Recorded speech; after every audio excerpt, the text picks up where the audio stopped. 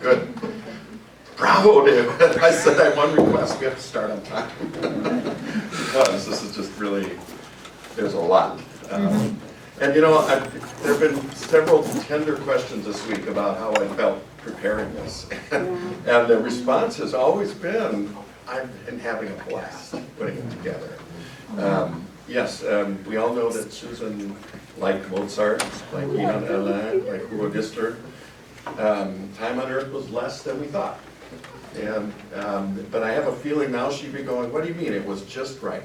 The amount of time that she had on Earth. And I believe that too.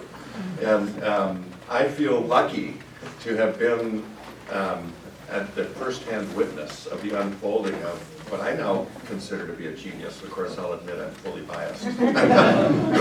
But her wordsmithing is so unique that even, you know, trying to compare others, well, we shouldn't compare anyway. You know, that's just a dangerous path to go down.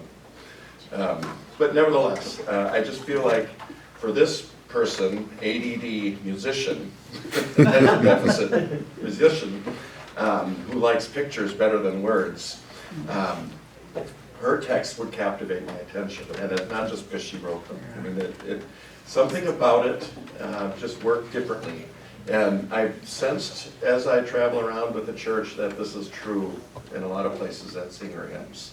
And so I as the first-hand witness to all of this, have a responsibility now to share what I know, because I have her files. I have her computer, I have her emails, and I have her diaries.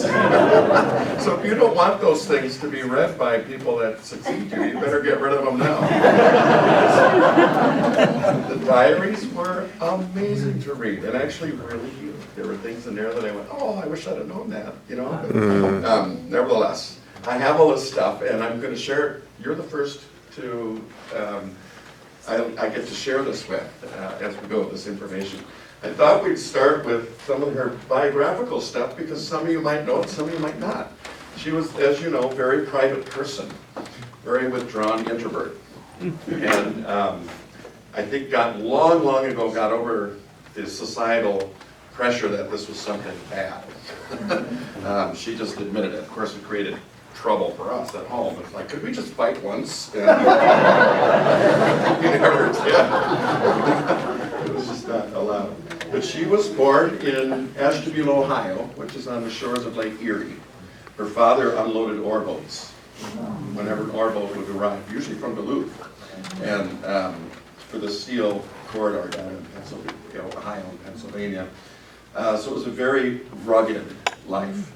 Her parents stayed together long enough for her to finish high school and divorced, and fought the whole way through that. So that was an unfortunate part of her growing up among strife. And I think that's partly why she was such a peaceful personality. She had dealt with that and chose to dwell on peace and calm instead of strife. And so her outlook on life, and even her outlook on God, is reflected that way. I think that she understands the beauty of Earth and our time on Earth, and appreciated it and expressed it in her poetry in ways that very few have. But she also was part of a Finnish community. Her background is Finnish, and was a Missouri Synod Lutheran Church in Ashtabula, Zion Lutheran, which had services in Finnish and English. And she credits a vicar there for introducing her to hymns, teaching the children of that church hymns from memory. Many, many hymns. And if those of you that remember Susan, she often sang without hymnals. She could remember these things, and that's my opposite, because my memory is like a used car warranty. It wears out right away.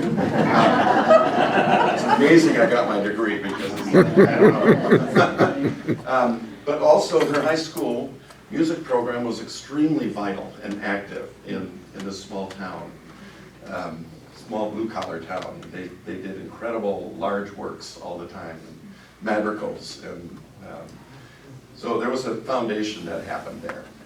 She went to Wittenberg University in Springfield, Ohio, and was a church music major, as a voice major. So she had a dual degree, church music and vocal performance. And she went down the path of becoming a singer after that. As part of her undergrad degree, she spent the junior year in the Berlin Church Music School. The Berliner Kirchenmusikschule, that's all one word. Did I put that up? Yeah. Oh, I put it, oops, I did that wrong. No, that's right. Kirchenmusikschule. I mean, German sometimes has these words that would be compound. But she met a voice teacher there. And so she went back and completed her degree, worked for 1 year at Cantor Music Publishing, and then went back to Berlin to study voice and entered the Conservatory of Music there. And actually finished her degree, and there's no American equivalent, although a doctorate is probably what it was. But it's just not the same, accreditation is not the same over there as it is here. So she completed her I forgot the word already, Abschlussprüfung, which means your final exam. And the German system was that way, that you were in school until you did the exam. So it could be 10 years, could be 3 years, could be however long it takes you. It's not a prescribed thing. You just have to reach a certain level of whatever. But she had a singing career going in Berlin, and plenty of engagements. Berlin is a city full of opportunities for singers and musicians at all different levels, so you can work your way up to different levels and be employed the whole time. So very different than over here. Well, after my college years, I went to Berlin to study at the Berliner Kirchenmusikschule, which is a different school than she was at the time. It's the one she had been to for her junior year. And she was also involved in the American Church in Berlin, which was an LCA mission congregation at the time. But there were people from all over the world at that church during those years, which was a huge group, 60 or so in the congregation, but everybody was always at everything, including Fourth Friday Fans of Feasting, some kind of ethnic restaurant in Berlin. Everybody was there. We'd take the whole place over. It was wonderful. But she was president of the congregation. Her Missouri Synod Church disowned her because they didn't want to contribute to her damnation. So we met. I think in her, she was there studying Berlin 6 years that time. We met during her 4th year, and the 5th year we were engaged, and then we moved. She wanted to leave Berlin, which that was a should we, because we didn't know what that would do to her singing career, which was very well established in Berlin. She had enough connections through her teacher and through conductors that had hired her that she could have had a career easily in Germany. We could have stayed there forever. And I had now a degree from the church, the school I was at. So it would have worked, but we both wanted to move back, especially her. She had been there long enough, 6 years. The German culture can be kind of harsh. She said, I'd just like to go to the grocery store without the person behind me pushing me with their grocery cart. So anyway, we moved to Seattle. There were 1 of 2 full-time church music jobs open that year. One was here. A friend of ours got that job. And I got the position in Seattle. And that was a tough time for her professionally because singing pretty much dried up. She was flown back to Berlin once or twice to do concerts that had been arranged for before, but nothing was happening stateside. She did the Met auditions several times. The accompanist that that particular audition used said, God, kid, you're good. Cigarette flying out of her mouth.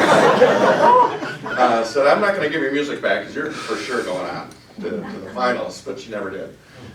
So after 2 attempts at that, I think she just said, maybe that's not my path, and kind of let go of that. In the meantime, we had 2 boys come into the world at Swedish Hospital, and Pill Hill, we call it in Seattle. I don't know if they still call it that. So that, she had enough going on. There was certainly busyness. But that's kind of her last gasp as a singer, I think, professionally. I think she decided that just wasn't the path.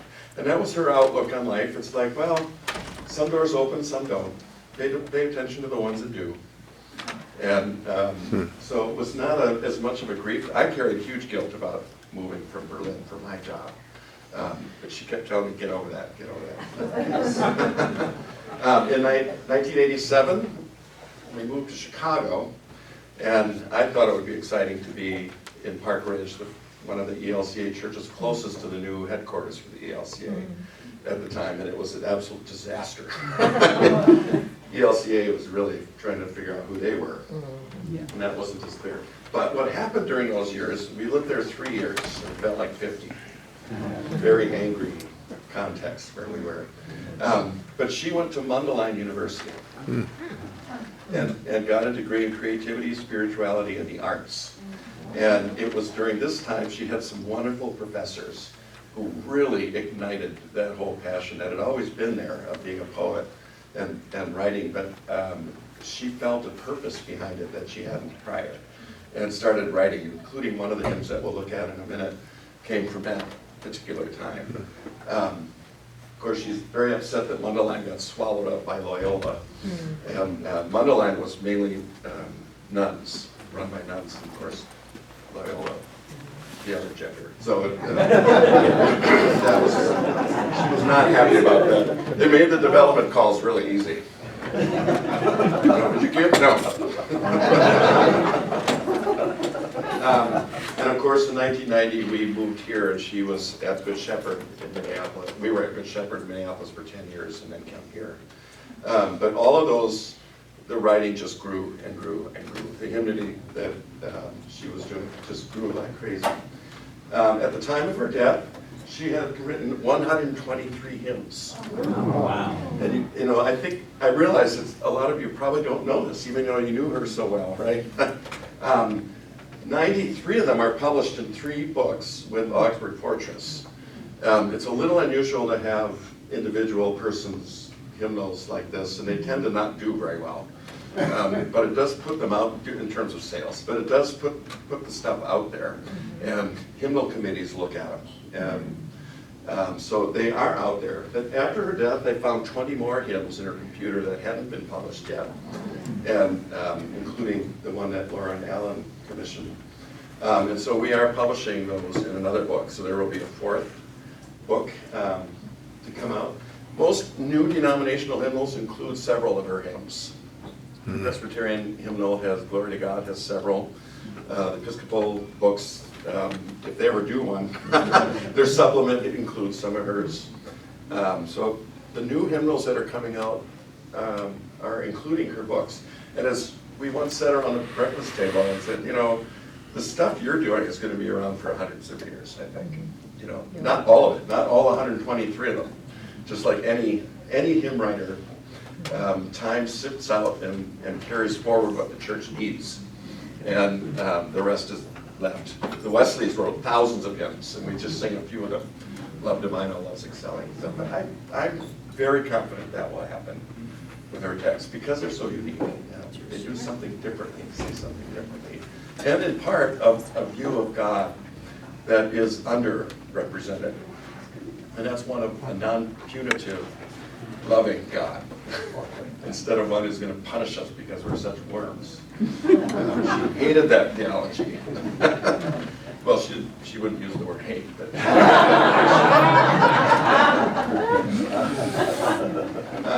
she avoided abundant or overused images and metaphors, especially those for God. The Father image, long past. She wouldn't touch it, or male references in general, because she knew there was a gap in an imbalance, which is going to be with us for a long time, I think, until we get more writers who provide additional images and ways of understanding God.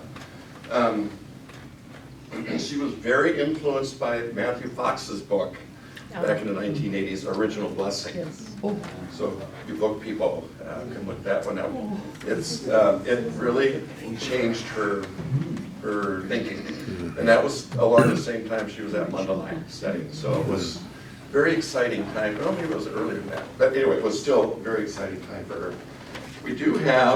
There is a website. How do I go back? You're back. Yeah. Oh. There is a website that she has called SusanPaloCherwien.com. And we are keeping this going. I'm working with the web designer to update it and add to it, so when new publications are there, you can see, you can get her bio. There's a list of her books right there, so with links to purchase those, the hymnal books that she's got. So if you want to find out more, you can Google that. And there's some wonderful quotes. She wrote her own biography. Of course, I had to change it after she died. The death in. I know, she's probably going,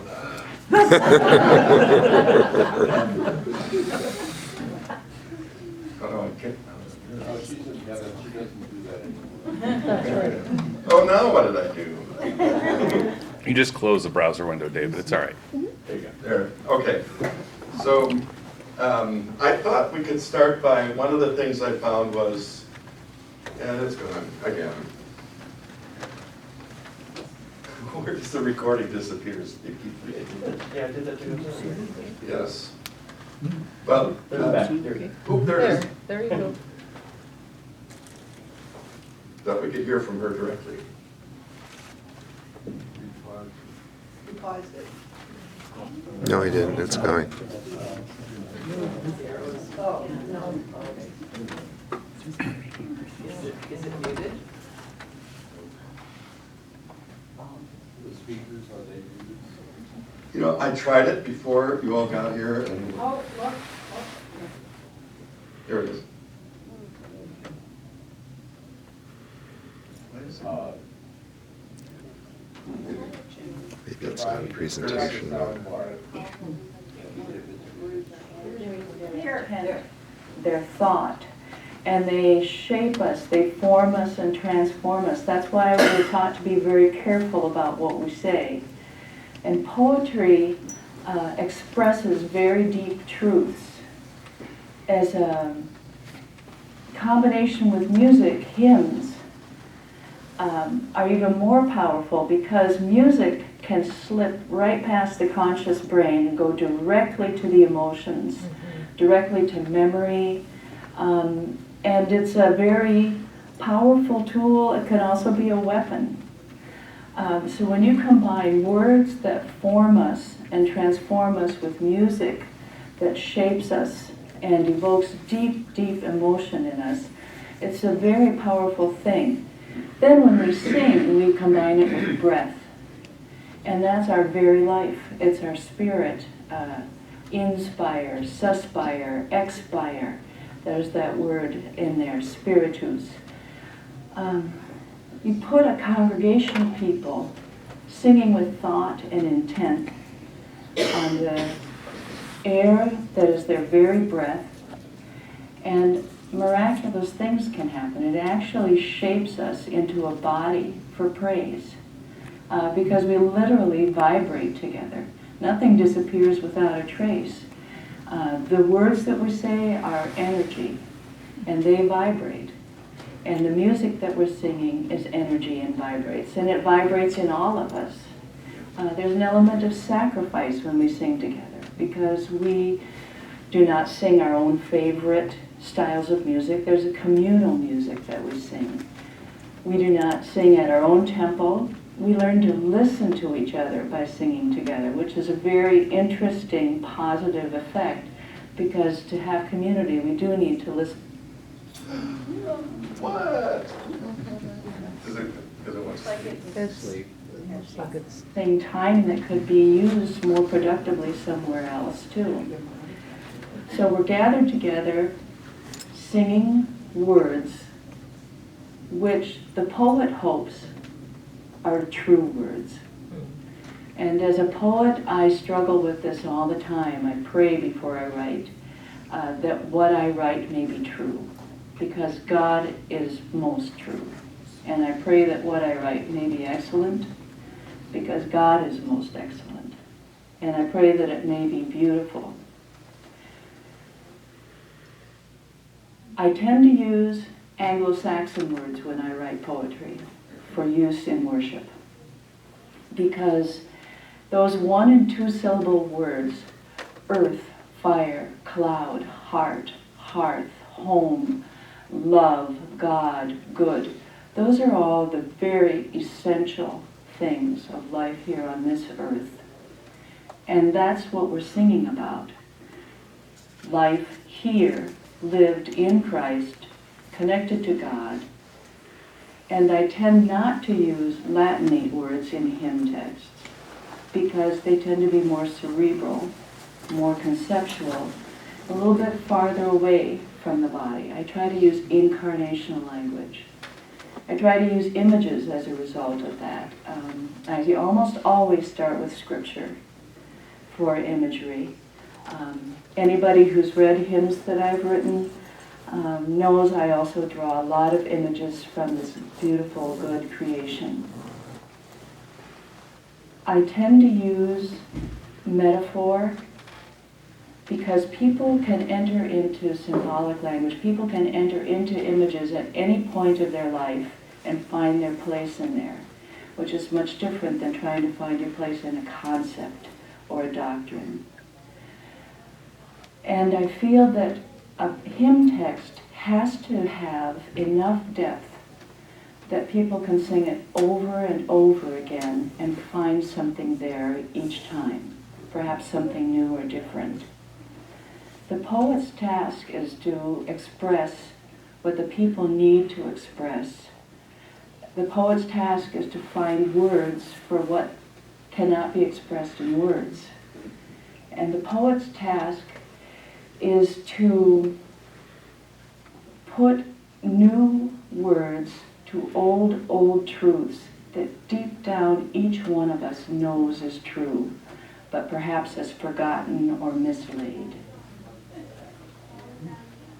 When I wrote O Blessed Spring, which is the hymn text most people know from my pen, we were in a congregation in South Minneapolis, and it's based on John 15, I am the vine, you are the branches.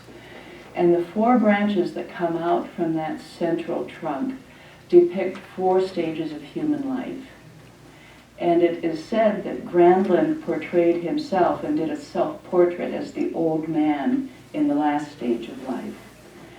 And so in meditating upon our baptismal life and how it is a daily joining and grafting and blossoming connected to the central energy of Christ in God, I wrote O Blessed Spring, that takes us through the stages of life, always, always connected to God. Yes. Oh, that's more than I'm supposed to have. Well, now, she mentioned O Blessed Spring. It started at a The camp. poetry. This really is one of her best known hymns around ecumenically. It's even in a Missouri Synod hymnal.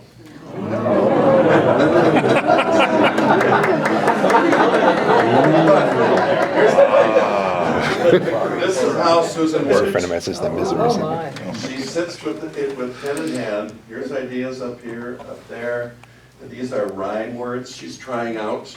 It originally was here at the spring, where I stand. And then, of course, became O Blessed Spring. But when the Missouri Synod, they had trouble with one word. I wish I could remember which one it was. And the editor said, have you thought about this word? I put this one spot, and she said, yes, I did. I didn't choose it. But this hymn has a lot of story to it, and I thought with National, oh, here we go. Yeah, this is correct. With National Choir, we did these hymn things, which we shared here as Cantor's Corner. Today's hymn, O So I Blessed thought we'd do this Spring, one, because it is talks an about a lot example of of things. one form of art inspiring another, which inspires yet another. While all 3 of these artists happen to be Lutheran, this hymn is hardly limited to Lutheranism. With most of the hymns of this series so far, the origins of the text and tune are unclear. But in this case, it's different because I was there. The story begins with a bronze sculpture called Life Tree by Paul Gramlin, held at Lutheran Church of the Good Shepherd in South Minneapolis, Minnesota.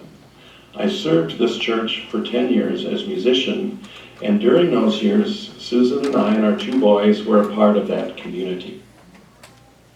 The sculpture was on the wall just above the baptismal font, as if growing right out of the water. Christ is the trunk of the vine, and out of it come 4 branches depicting the seasons of life: birth, youth, aging, and death.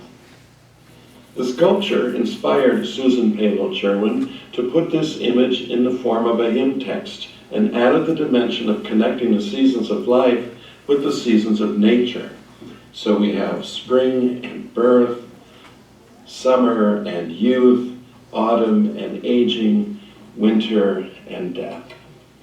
The Christ divine image of John 15 teaches us that Christ nourishes and sustains us through all of these stages. As we first breathe and cry out at birth, through uncertain and rebellious years, when our limbs their heavy harvest hold, and when we breathe our last, our souls are then given wings to soar. Susan's writing of this text, especially stanza 3, coincided with our life experience with my grandmother Maisie at the end of her life.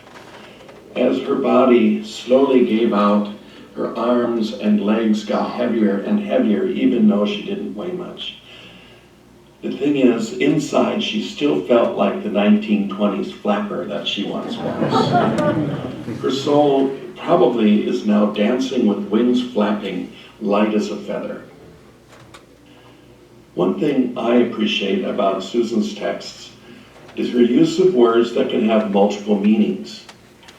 Take the word spring, for example, in this hymn. Is it the season? Is it about water?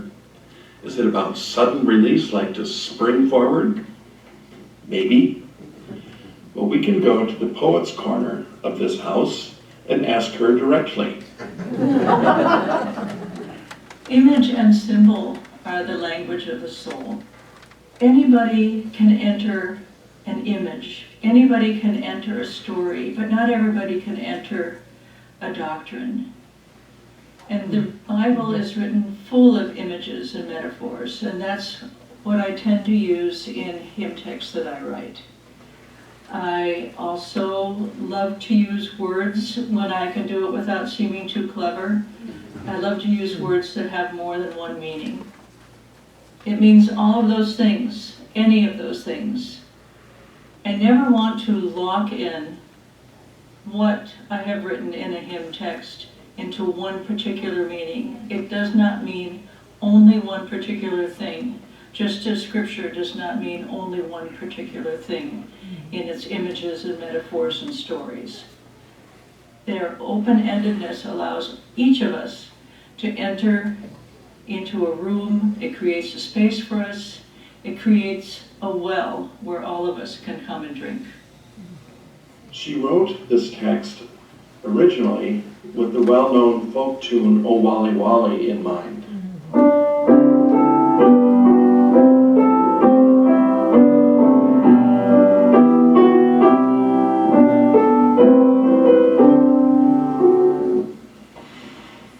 Some hymnals have kept this pairing. There is a mindset that congregations might be more receptive to new texts when they are put to tunes that they might know already.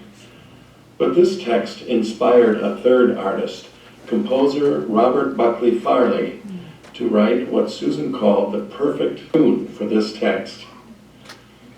Bob is a local Minnesota church musician and ordained pastor. He named the tune Bergland after his mother's family. Something you might not know, the composer of the tune gets to name it. What I like about this tune is it works a lot like a vine. It climbs and grows with gentle twists and turns as it breaks through where the light is at the high point, highlighted by 2 half notes in the third line. It flows just beautifully. I suppose a fourth artist has entered this commune of inspired artists in this case, as I felt inspired to create arrangements for the tune and for choir and for its accompaniment. The harmonies of the accompaniment and the registration on the organ help the vine to grow both in height and strength as it breaks through to the light at its high point, hopefully encouraging the singers to do the same. To introduce this text and tune, the improvisation has an image, I hope, that is illustrated. It begins with water gently bubbling out of the dark earth, becoming a vine and growing up, and branches are added like a fugue as it climbs toward the light. And the hymn is stated in its entirety in a higher and brighter key, after which it retreats back into the ground in the dark earth where it awaits the next spring. Stanza 3 is for choir and illustrates the heavy limbs their harvest hold as the choir falls in half steps heavy and eventually die. The warm strings of the organ gently swirl about, bringing the stanza back to life as the choir grows and are given wings and the gifts of beauty, wisdom, and love. Images around water and trees can't wear out as far as I'm concerned. There's so much about each of them that provides us with an endless supply of metaphor. We need metaphors because they provide for repeated encounters with different understandings as we look at them through the lens of our ever-changing life experience. These are the texts that will last, especially because most of the time we sing about God is truly a blessed mystery.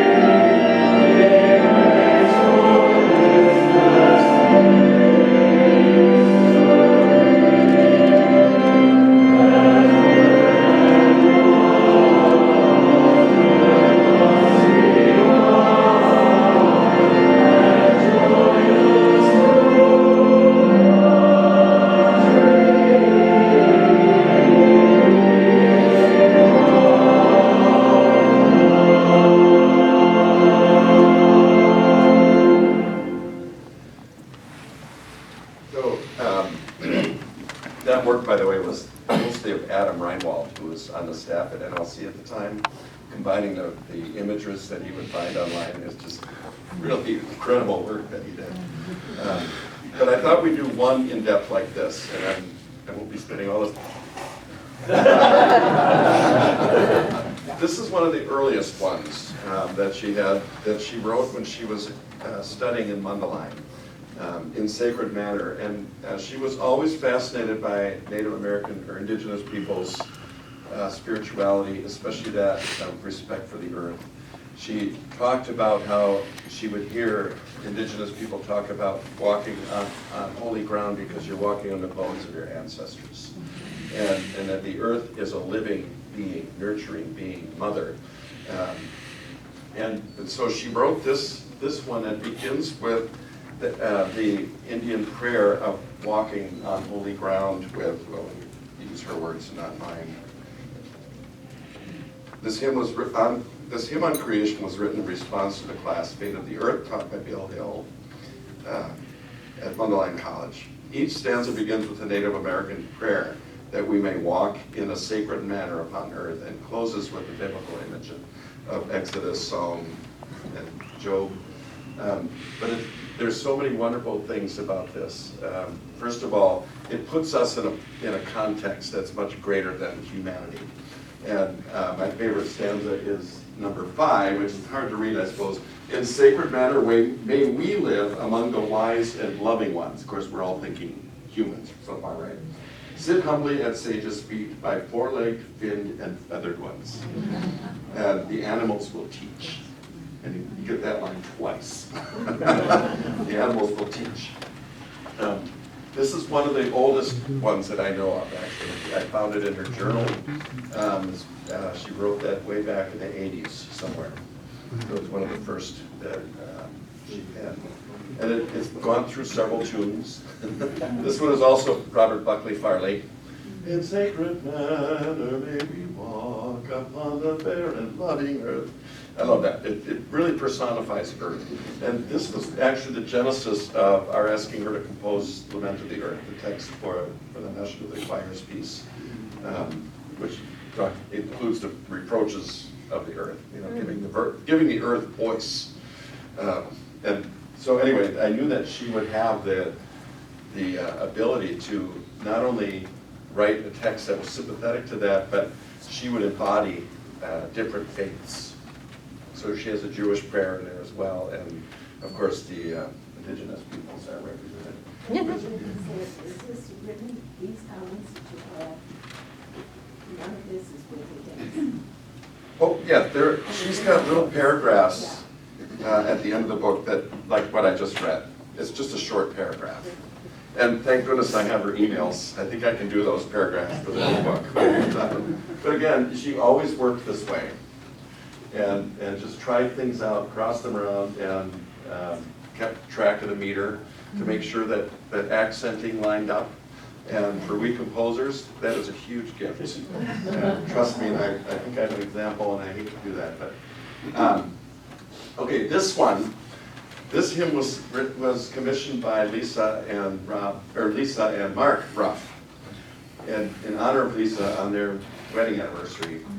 And these are words from Susan. There are 4 stanzas, and 4 is the number of the earth to depict the incarnation and the 4 generations. She has a lot of infinity with the number 4 because of the 4 directions, the 4 elements. There are many things about 4. that she often liked to represent. Infinite Grace is taken from James of Sarah's hymn to Mary the Virgin, in which he wrote, "Blessed heavens are too small to contain." This luminous feast is from a pair of the 5th century Syriac Christmas liturgy. Stanza 2 is her first attempt to write a text about Mary, drawing from Proverbs 31. Blessed is she fed at the breast of him who stirred up the waves of the sea. And the Ruff family, this is one of my favorite little things, is very active in Common Hope, as you know. And so Susan built that into stanza 3 in a very divine common hope of the poor and least. So this one of the things she often did was embed things that are specific to the commission, but you'd never know that so that the use of the hymn can be broad enough. Just like our prayers at the church, we don't get too specific with those. We keep them broad because we have to be all-encompassing as we all pray as one. And so she was very careful about that, not hitting us over the head with those kinds of things. But that's just one of my favorite little things embedded in stanza 3. And if you know the Ruffs, they love that too. And Meister Eckhart is paraphrased in the final stanza. God is always needing to be born. That's a concept that she espoused, and actually I adopted myself. That really helped in planning the National Catholic Choir's Christmas Festival every year. Why do we need God now? Why do we need Jesus to be born now? Because it's not just this baby. Oh, look, a baby! After 4 weeks, thinking, is there a baby? It's like we know how that ends. This was the last hymn that she wrote. It was for St. Paul's Lutheran in Waverly, Iowa, where they commissioned her to compose this hymn based on the stained glass windows of the church. And the stained glass windows are, of course, parables or in some of the stories, biblical stories like the road to Emmaus. But again, she did it in a way that the people of that church would know exactly what stanza's referring to what window, but it's a very generically written so that it could be used anywhere, in any concept. And she composed that in September or October, I think the year that she died, which is lucky because it wasn't long after that the cancer was interfering with her brain, and I don't think she would have been able to complete it. But of course, we had a deadline, and it's like, okay, now it's my job. Towards the last 2 or 3 years, we often got 2 double commissions, where she'd be commissioned to write the text, and they asked me to write the tune and settings for it. So it always was pressure because she'd go right up the deadline with the text. And that's just the difference we had. I mean, for the hymn festivals, for years and years, she would write the reflections that would be read, and I'd travel and bring them with, and someone there would read them. But often, I'd get up to get dressed to catch the plane, and they'd be on the dresser at the last minute. But we were able to complete this and hear back from the church in December before she died. So she knew that it had been received, and so I'm really glad. But that is the last one. This is one that the ELCA, and it's hard, I wish we could just read all of these out loud, but the ELCA asked her to write a hymn about celebrating the ordination of women. And she had trouble with that. And I'll explain why. This is probably too small, so I will read it for you. It says, this is an email. I finished a hymn text about ordination. It's a general ordination text, however. I included several phrases such as, to your very tasks you call us from the spectrum of your world, and called from humans' broad expanse to indicate that any person of any shape or form can feel and receive a call to serve Christ's church. I framed the text within images of 1 Corinthians 12 about God's varied gifts, but one Spirit endows those gifts, and so that the ordination was also Luther's insistence that it is the priesthood of all believers that calls a pastor to specific ministry within that gathering, word and sacrament. Pastors are really entrusted, burdened only with that ministry of table, font, and word. The rest of the tasks the church should be accomplished by the laity. Then I draw the ordination rite of the Lutheran Church in stanza 3, moving blessing in stanza 4. Each stanza ends with a petition to God for holiness for all of God's servants. The text will need a new tune because to my knowledge there are no tunes with this particular meter. And here's the paragraph I love, and you can just hear her saying, "This may not be at all what you wanted and were hoping for. If not, I do apologize, but here was my dilemma, to which I already alluded in a previous email. How do you have a text celebrating only the ordination of women without asking, well then," and that's the phrase I can hear her say, "well then, where is the text for the trans person? Where is the text for the physically challenged or the gay or straight white male?" I tried to incorporate the possibility of all of these in the images of the text, but it is obviously not only about ordination of women. This was a very tough assignment. So she took that role seriously, imagining anybody singing them or celebrating with it. So she didn't like to be real uber specific about things. We did write 2 hymns for each of our sons' weddings. And this is the one we did for Jeremiah and Karen. And as you heard on the video, the writer of the tune gets to name it. So I followed Marcidio's lead in this one and named the tune Jeremiah. It's Karen and Jeremiah. And as Marcidio composed the hymn, Jesus on the Mountain Peak, and which Harold and Betty Dearson commissioned, and so he named the tune Bethold, the combination of Betty Harold. And so I thought that was clever, as Mark could be. This is the hymn for our son Benjamin's wedding, and both of them are chefs. So again, she built that into it. Abide in us, O bread of life. It's all about food. That we abide in you, and taking bread partake of all that is in you. True food infuse our very flesh. True drink our days revive. So, is this Eucharist or is it the wet? It's that same thing that she does. As in yourself we find ourselves, and you us give life. Now for the journey strengthen us, your heart in us increase, that here your spirit may abide, and in each us give life. So here's kind of alluding to the wedding itself, but yet written in a way that it could have a context any Sunday that you just gave us. So change us by this holy grace, that gift of love outpoured, that we become your bread on earth and live for all the world. Oh, it went up here, I forgot. Anyway, that was a beautiful, beautiful hymn. And that's going to be published soon in a choral octavo. In deepest night, God, I think I'm going to wind up just right. Cantor, I will rush down in a minute here. This is one of the hardest hymns that she's written to, first of all, to sing. Because it says, maybe sometimes we shouldn't. But it's had trouble having a tune. It's had more tune attempts than any of her texts, I think. This one is mine, but I'll explain what I did. But I thought it would be interesting to read her explanation of it, which she generally does. Generally, I don't like to explain hymn texts that I've written, or that other people have written for that matter. I don't like to explain biblical stories, myths, poems, metaphors, symbols. I would much rather that we all ask questions, because that means we're thinking, wondering, pondering, contemplating. A story once explained is a story rarely considered again. That which we think we understand, we rarely again contemplate, including God. The most intriguing parts of biblical stories are often the empty spaces they make us wonder. What did Sarah think and feel as Abraham set off with Isaac? What was it that Jesus wrote in the dust of the ground with his finger? What was the hymn that Jesus and his followers sang after their last Passover meal together? And so rather than explain this text to you, let me offer in some of its history and some of its questions. In 1994, Bill and Nancy Robbie approached me about the possibility of writing a hymn text concerning a Christian response to grief.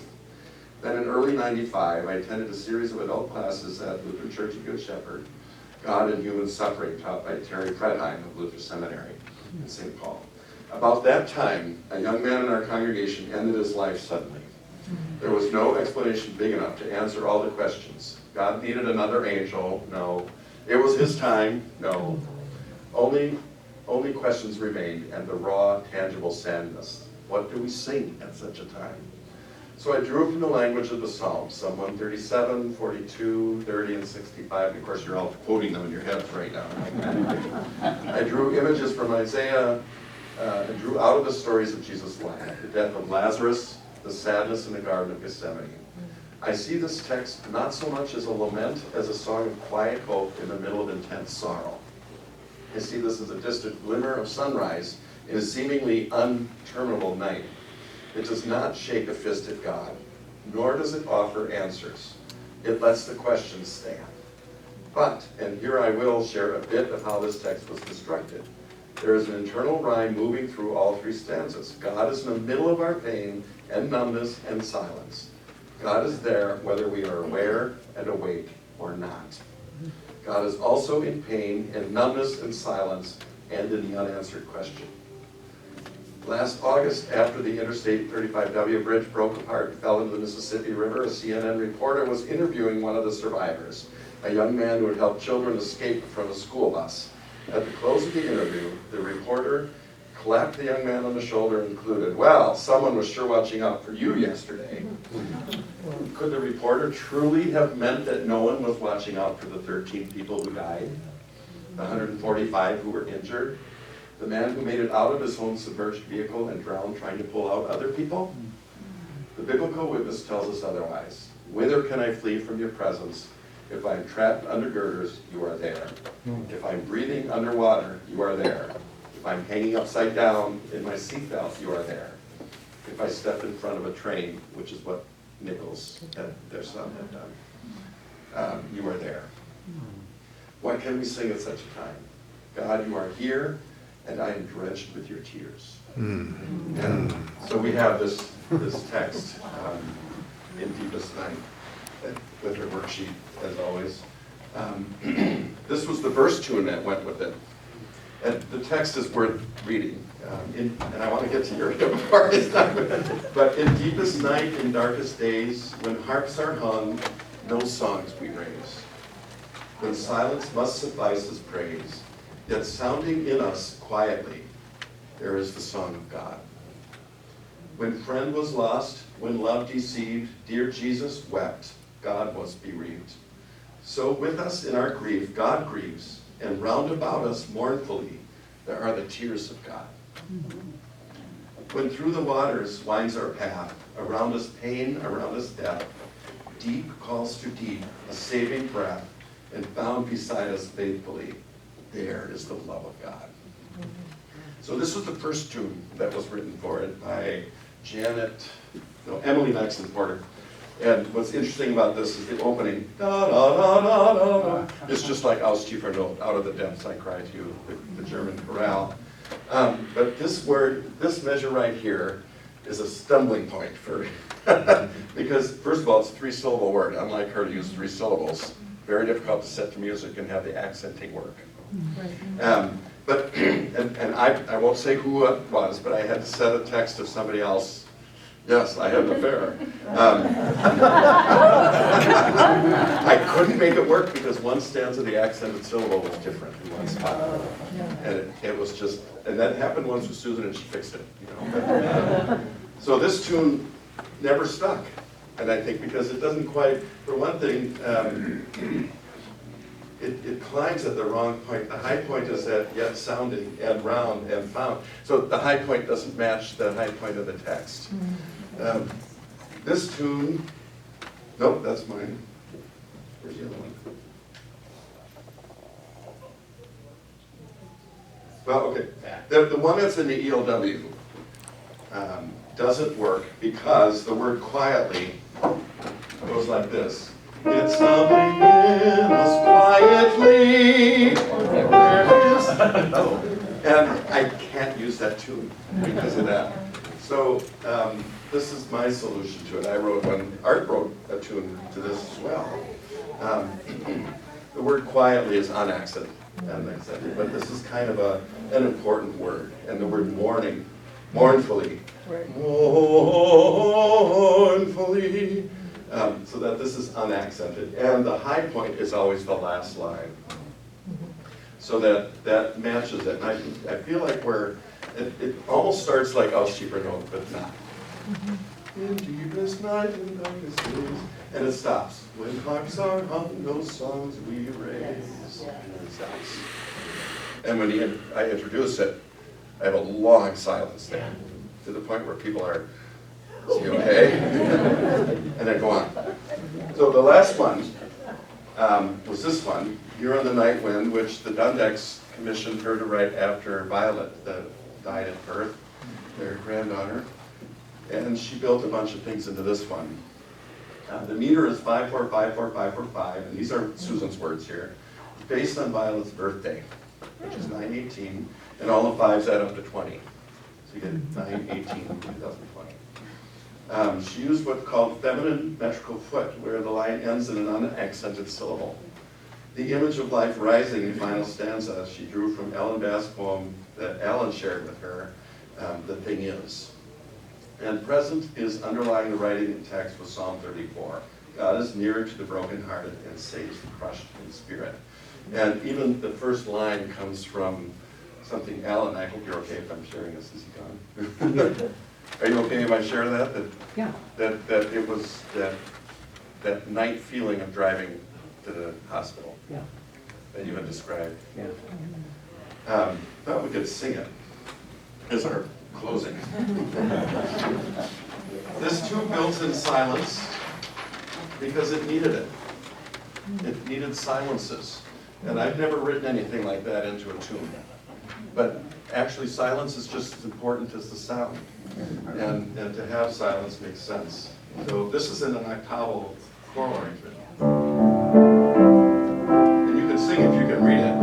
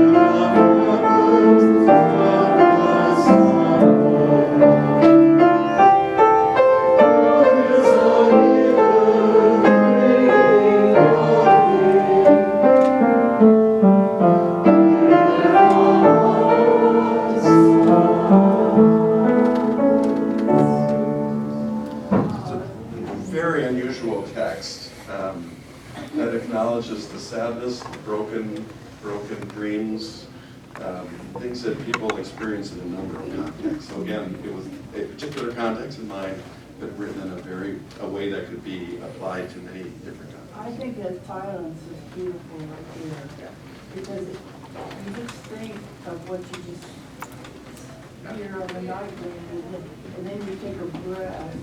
Exactly. You know what I mean? And then you start again. I think it's beautiful. This is probably her most famous hymn, Getting to Become. It's even been on thousands of water bottles. Because it was a conference theme, Rise, O Church. And there's also a turn of phrase, Rise, Remember Well the Future, in that hymn that people are laughing onto.